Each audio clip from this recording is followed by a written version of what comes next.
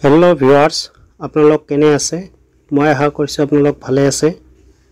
আপোনালোকক আৰু এটা নতুন ভিডিও লৈ স্বাগতম জনাইছো আপোনালোকৰ কাৰণে এটা ভাল খবৰ লৈ আহিছো PHED জনস্বাস্থ্য অভিযান্ত্ৰিক বিভাগত চাকৰিৰ পদ মুকলি হৈছে 187টা তো আহক বিশেষভাৱে চাও PHED recruitment 2025 name of post junior engineer Civil, Mechanical, Electrical আৰু Chemical ইয়াৰ টোটাল পদ আছে 187টা ব্ৰাঞ্চ ওয়াইজ ভ্যাকেন্সি সিভিলত 160টা মেকানিক্যালত 10টা ইলেক্ট্ৰিকেলত 7টা আৰু কেমিক্যালত 10টা স্কেল অফ পে 14000 ৰ পৰা 77000 গ্ৰেড পে 8700 এডুকেশন কোয়ালিফিকেশন প্ৰাৰ্থী সকলৰ AICTE এৰ দ্বাৰা স্বীকৃত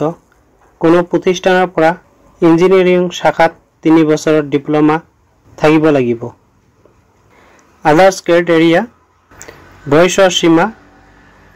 প্ৰাৰ্থী সকলৰ বয়স 18 পৰা 38 বছৰৰ ভিতৰত হ'ব লাগিব 5 জানুৱাৰী 2025 ৰ পৰা Category wise বয়সৰ ৰিহাই আছে SC ৰ কাৰণে 5 বছৰ ST ৰ কাৰণে 5 বছৰ OBC MOBC ৰ কাৰণে 3 বছৰ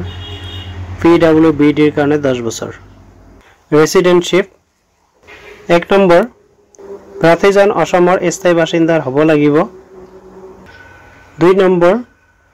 প্ৰাৰ্থীয়ে আবেদন পত্ৰৰ সৈতে বাসস্থানৰ প্ৰমাণ হিচাপে শিক্ষা উদ্দেশ্য অসমত জাৰি কৰা PRCৰ উপস্থাপন কৰিব লাগিব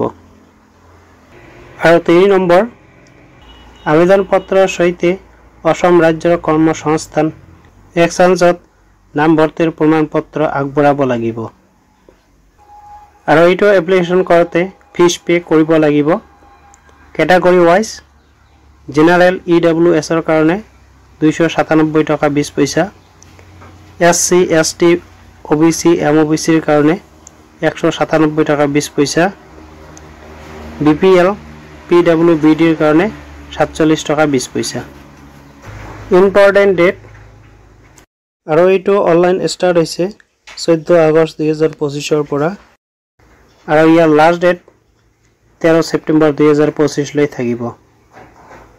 আৰু এইটো অনলাইন কৰা লিংক মই ভিডিও ডেসক্ৰিপচনত দি থম তাৰে পৰা গৈ আপোনালোক অনলাইন কৰিব পাৰিব মই আশা কৰিছো আপোনালোক নিশ্চয় বুজি পাইছে কিবা যদি বুজাত অসুবিধা হৈছে মোক কমেন্ট কৰিব নিশ্চয় আপোনাক সহায় কৰিম যদি ভিডিওটো চাই ভাল লাগিছে লাইক কৰিব বন্ধুবৰ্গৰ লগত শেয়াৰ কৰিব যাতে সকলোৱে গম পায় আৰু চেনেলটো সাবস্ক্ৰাইব কৰি কাষত থকা বেল আইকনটো দবাই ৰাখিব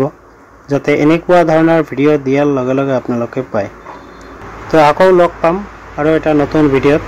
আজিৰ ভিডিও এইখিনিয়ে আছিল